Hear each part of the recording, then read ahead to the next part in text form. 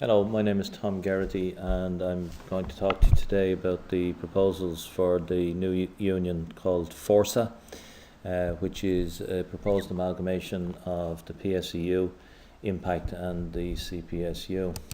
The first question that most people ask is, why are we doing this at all? The truthful answer to that is that the discussion about the possibilities for different types of organisation in the trade union movement in the public service began in 2009 and 2010 when, as people will have noticed, the government cut public servants' pay twice, and the truth of the matter is that the public service unions weren't in a position to stop it.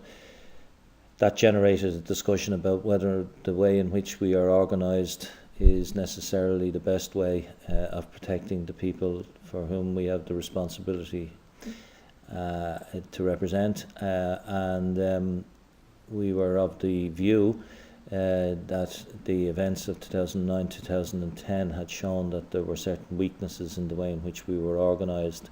In particular, it was clear that the absence of a single voice for administrative public servants put those public servants at a disadvantage.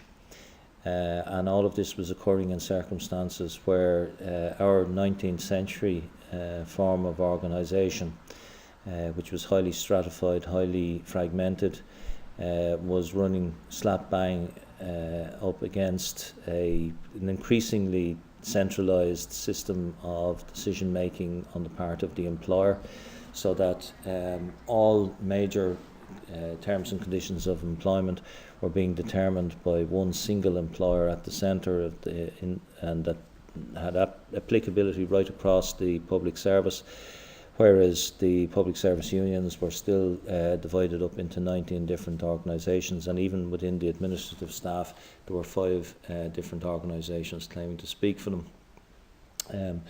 The slide gives a number of examples of the increased centralisation. As we know, increasingly pay is dealt with on a public service-wide level, and as are pensions, as are issues like sick leave, travel and subsistence and so on. In fact, all of the major terms and conditions of employment are dealt with on a public service-wide basis. One single employer, one voice on the employer's side, but seriously divided voices and fragmented voices on our side. Suggested to us at the time that we needed to have a vision to achieve a number of outcomes. The outcomes on the slide there are described, I suppose, as the promise. And what are these outcomes? Well, firstly, I suppose we have to say that we were of the view that if we pooled our resources to a greater extent, we would be able to achieve better outcomes for members. We would be able to ensure better representation because we would be in a position to achieve economies of scale. We'd no longer need to have separate IT systems, separate membership systems, separate accounting systems, and savings could accrue as a result, which would enable us to put the resources into providing representation to the members on the ground. We were also of the view that it would be possible through some pooling of resources to create a stronger voice. Very simply, in industrial relations, size matters. Our members know this because the main reason that people join a union is that they know that their own voice on its own is weak and is made considerably stronger by combining with colleagues. The more colleagues who combine, the stronger that voice. It would also have the impact of making us more cohesive in pay negotiations, and particularly that we would be in a position to speak on behalf of administrative public servants.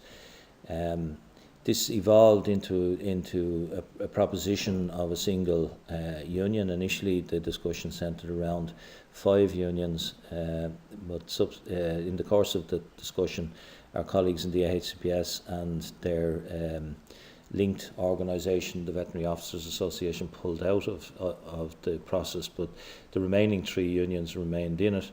And if we are in a position to do this, we will create an organisation with over 80,000 members. One clear benefit from that is we would have a single negotiating block speaking for that 80,000 members. in public service negotiations, which would mean that the employer could not ignore that particular voice. We're also very cognizant of the fact that 80,000 people in full-time employment and permanent employment represent a very significant consumer block. So if we create this, it should be possible to organise better services for members, financial services, insurance services and so on, and that it should be attractive to service providers to come and try and negotiate arrangements with us. It would also have the impact of enabling us to better use our resources and to provide for specialisation. There's a number of particular examples of where we could benefit from specialisation. This union has 6 full-time officials currently. We spend all of our time dealing with industrial relations, whether it's individual cases or on behalf of small groups or branches, or indeed civil service or national level. We are an industrial relations organisation that provides that industrial relations services to its members. However, with 6 people, it's not possible for us to do some of the other things that, quite frankly, we need to be doing, or we certainly need to be doing to a much greater extent. We are not in a position to have a specialised PR or communications unit, and we have seen in the last few years the consistent attacks on public servants.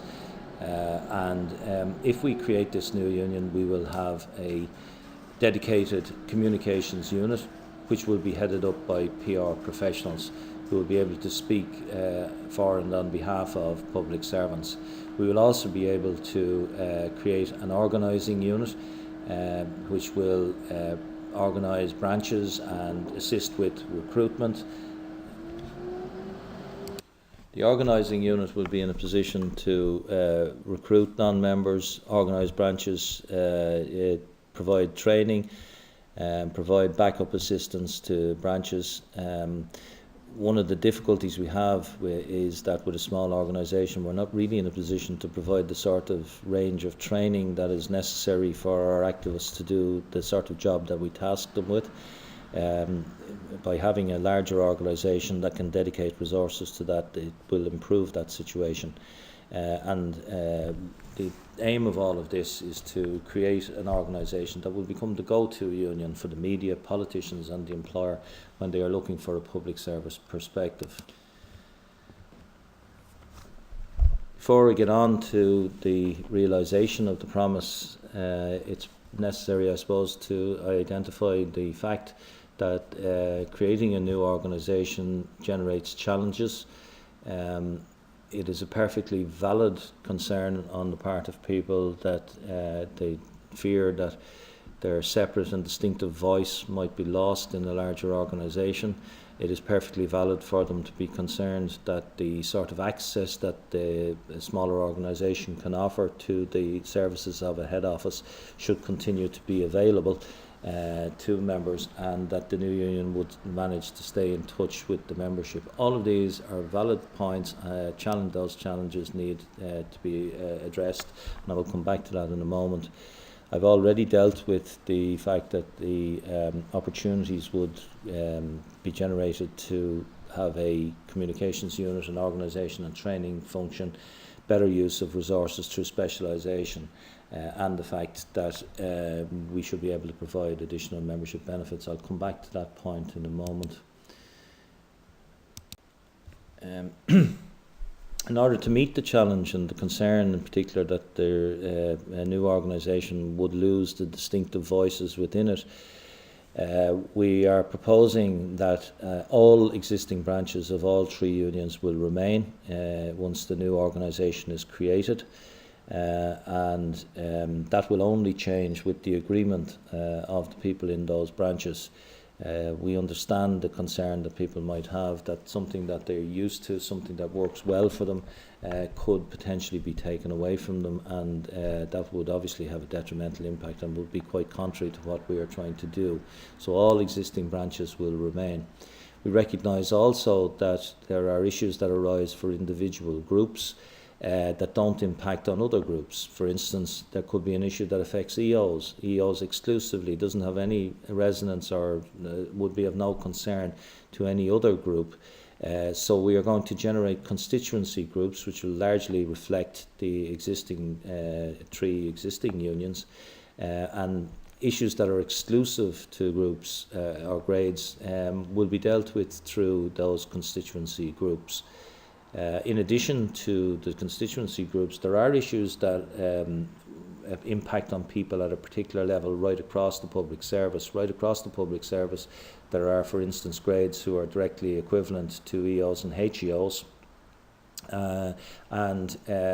In addition to the constituency groups, where there are issues that affect people at a particular level and that arises right across the public service, we are going to create what we call equivalent grade committees. An example of that might be if we ever were back in a situation of a major overhaul of pay, such as the benchmarking body in the past. If that was to arise, the equivalent grade committees would be the group making submissions on behalf of people at a particular level. We are very cognizant of the fact that if in keeping all of the existing branches, you do generate the potential that there could be disagreements between these branches, and that it would be extremely undesirable to have such disagreements being played out in front of the employer. So there will be a common forum for dealing with the employer, a process through which business will have to be transacted prior to dealing with the employer. Now, luckily enough, we have this already. We already have a system in place called the staff panel system, or the group of unions system, and all formal business has to be transacted through the staff panel. We are going to replicate that in the new union, but instead of it being something that arises in respect of a group of unions, it will arise within the single union, so that you would end up with the slogan, I suppose, that is there of one union, one voice. In terms of staying close to members and not having a disconnect arising because of the large organisation, it would obviously be detrimental to people's interests to go from a situation of where they're part of an organisation of 10,000 members to a considerably larger organisation of 80,000, unless there was some means of breaking that down so that their voices could continue to be heard where it matters in their workplace.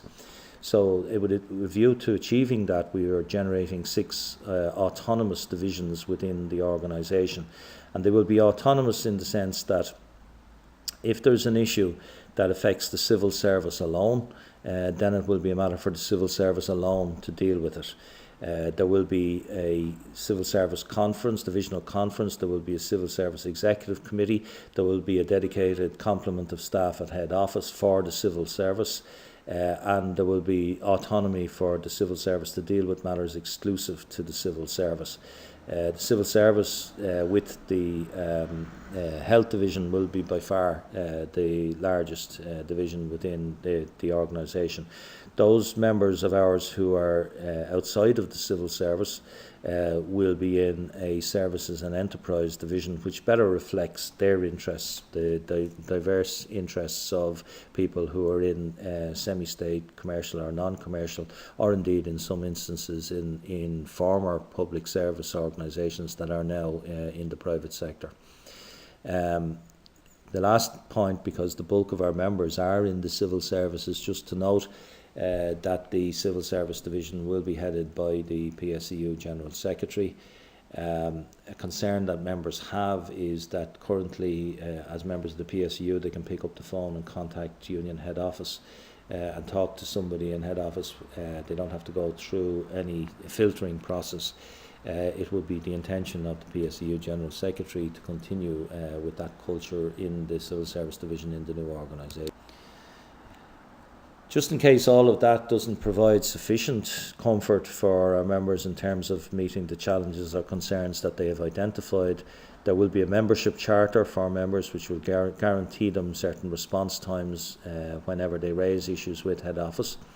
If they feel at any point there is a problem with the service that's being delivered, there will be a complaints procedure.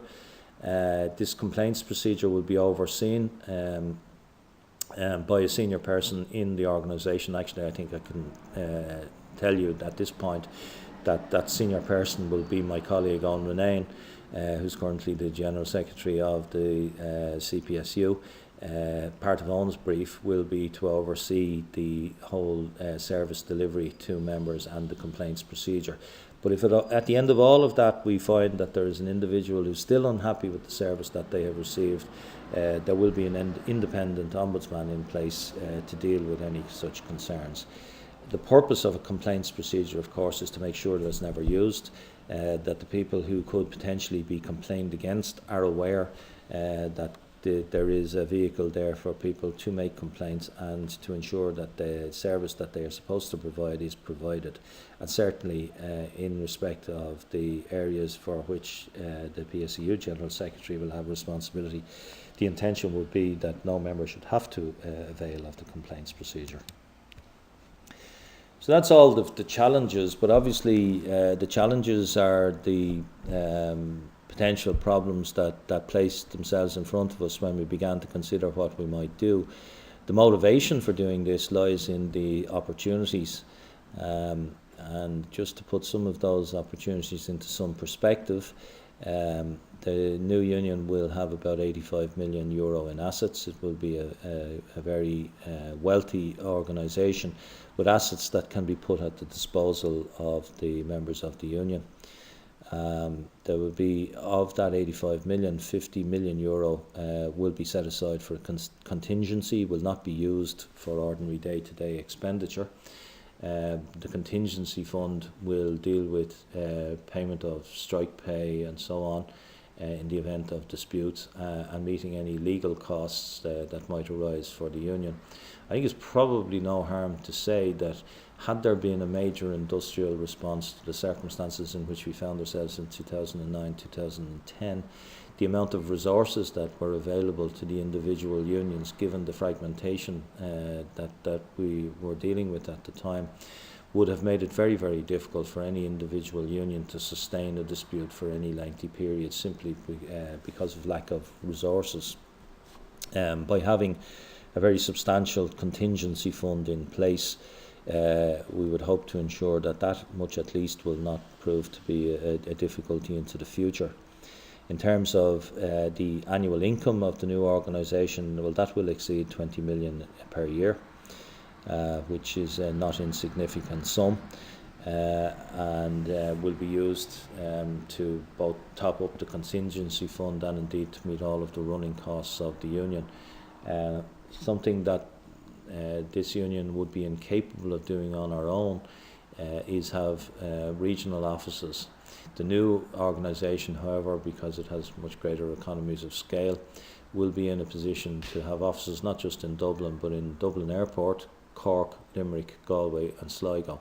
And obviously as time goes on, other possible locations might be identified, and if necessary other offices could be opened.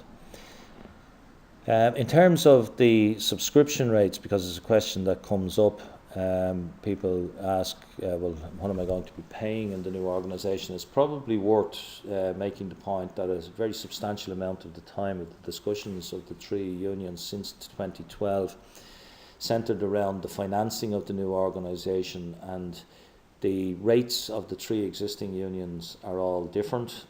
This union has by far the lowest rate of 0.62%.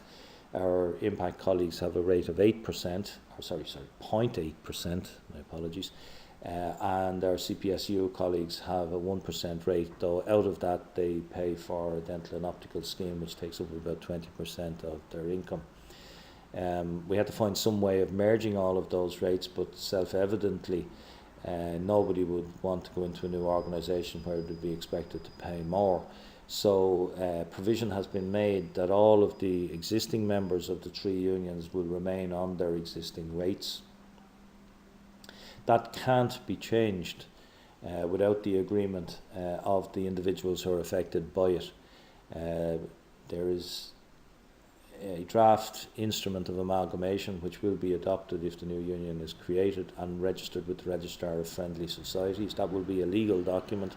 That legal document will provide that the only people who can change the subscription rate for existing members of the three unions will be the people who are affected by it.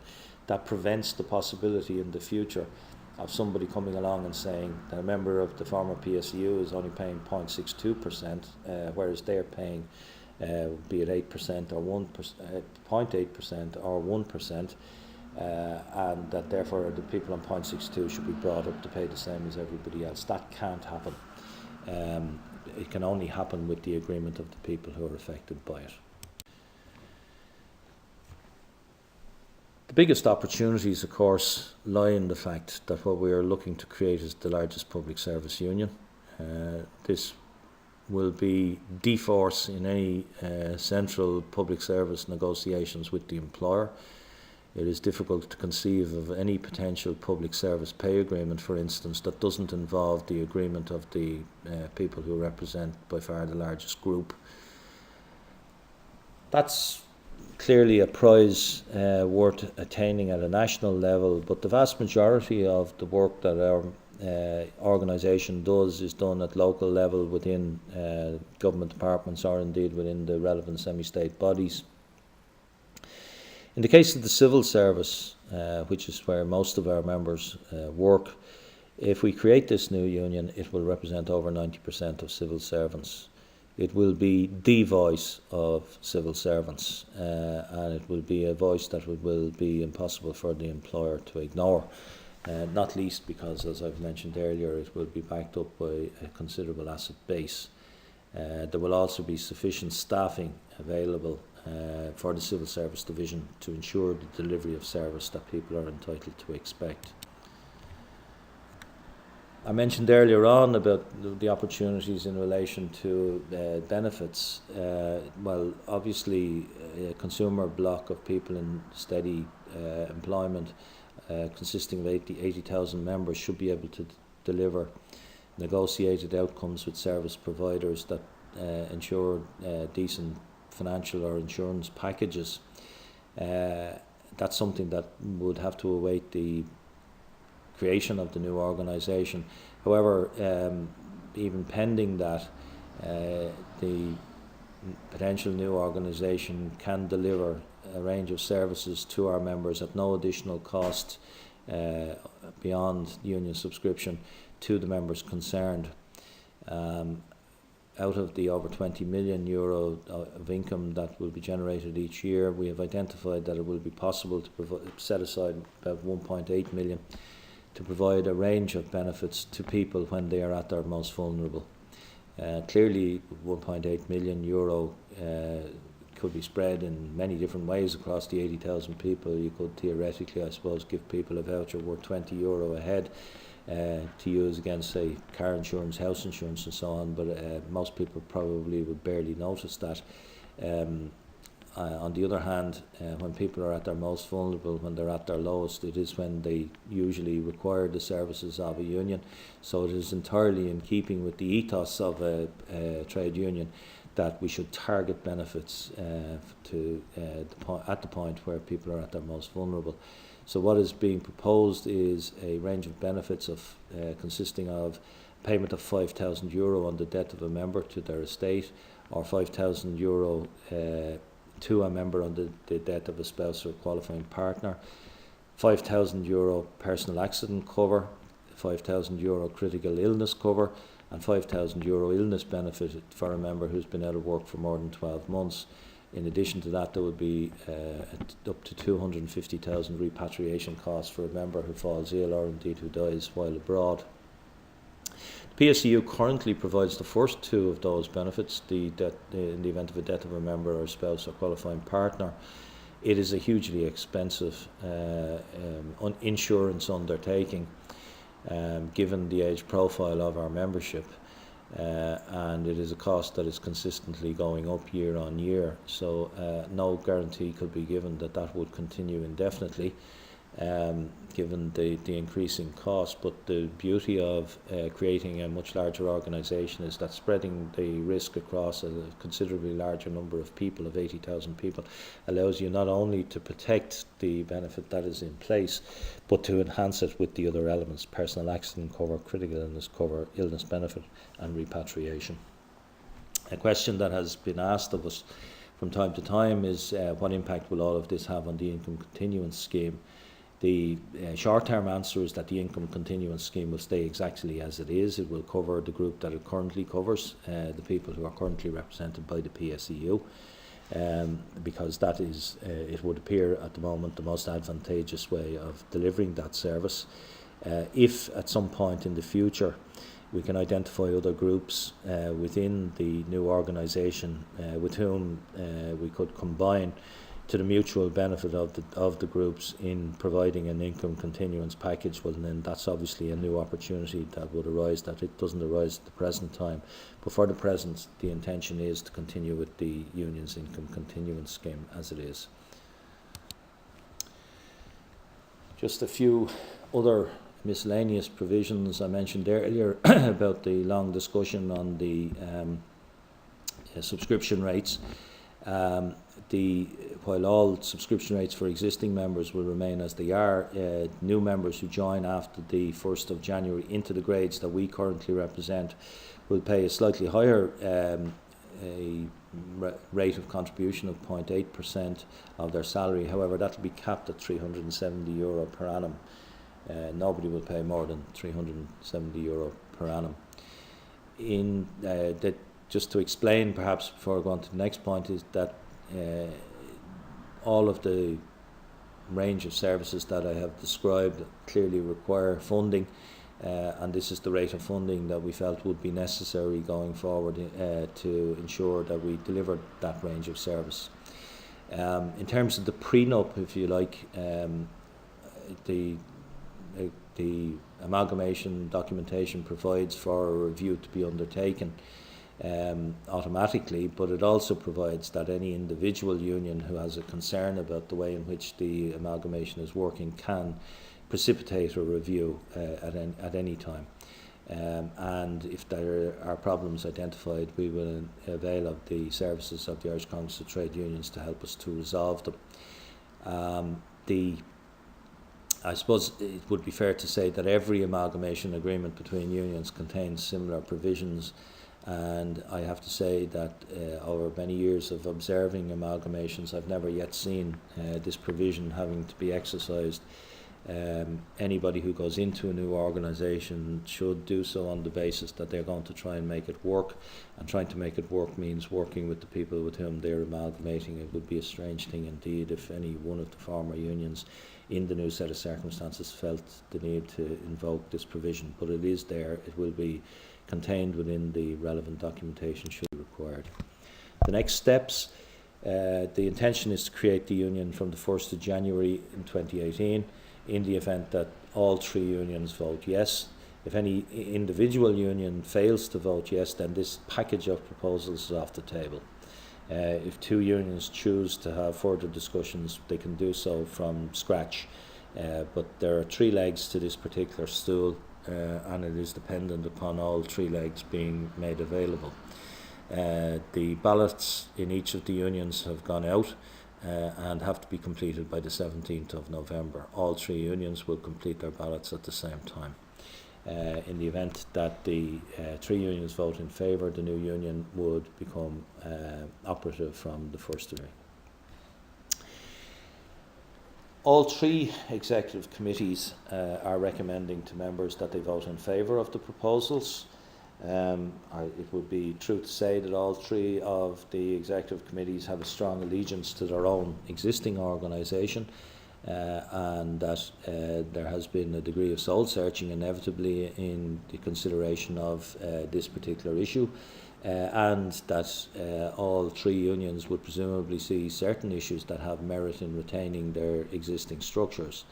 However, the balance of advantage for members lies in creating something new, something positive, something stronger for members, a stronger voice at a national level and a stronger voice at a local level. For all of these reasons, the executive committees of the three organisations are recommending to members that they vote yes, in the belief that that represents members' best interests. Last thing I will say is that we are encouraging all members to vote. We're fully aware that unlike, for instance, a pay agreement, this may seem to a lot of members to be something that is beyond their immediate interest, or of interest largely only to activists or whatever. It is the belief of the people who are involved in this process that it is in the best interests of all members of all three unions that we should create Fórsa, the new, stronger public service union. Above all else, we would encourage people to engage with this and to vote. If you have any queries, we have an FAQ up on our website. That's www.pseu.ie. Just go there. A lot of the queries will have been raised with us already, and you may find the answer to your query posted there. If you don't, please feel free to submit additional queries. We are quite happy to receive queries, and we are quite happy to try and address any requests for information. Thank you. Vote, please. And when you are voting, please consider the arguments that have been put to you here, and the fact that the Executive Committee, who is the elected leadership of the organisation, is of the view that it is in our members' best interests to vote yes. Thank you.